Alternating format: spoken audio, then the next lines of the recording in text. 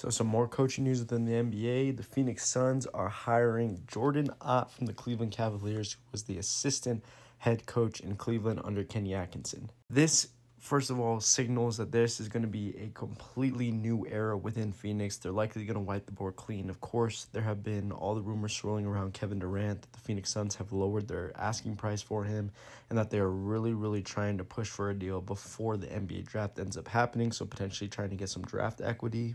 Right now, I say we're pretty unsure on where Bradley Beal stands in all of this, just simply because I'm not sure what the value is for him out in the market, or if people would even want to take him on, especially with his massive contract that he has and the performances that he's lacked throughout the past couple of years with Phoenix.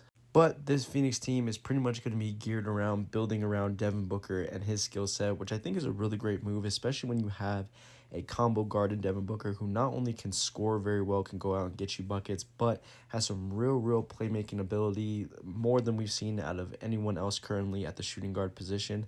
And yes, I have been against him a lot due to some of his lack of playoff performances in the past, but in the regular season, the man delivers, and he is a real star in this league, top 5 shooting guard within this league.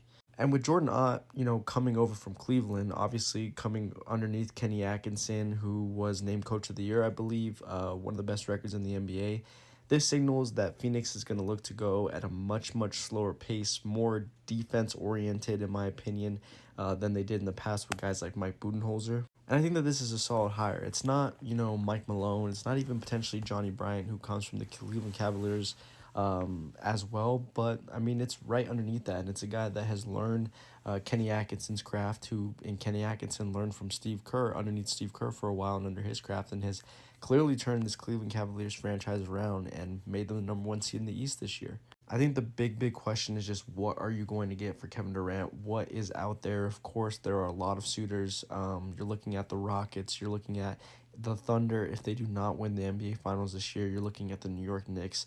So, who knows? Could you go to the Rockets and get a package of, I'm just throwing stuff out there, maybe like a Jabari Smith Jr., maybe, who knows, Alperen Sengun? Could you get Jalen Green possibly from the Houston Rockets?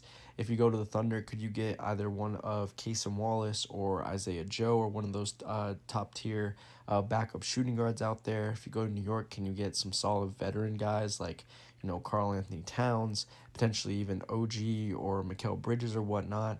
If they can get that, they'll be in a pretty solid position. If I'm the Suns, I'm definitely looking for the younger route, trying to build around a much younger team around Booker, but we'll have to see how they get. But overall, pretty solid hire, and interested to see what happens in the rest of the coaching carousel for the NBA.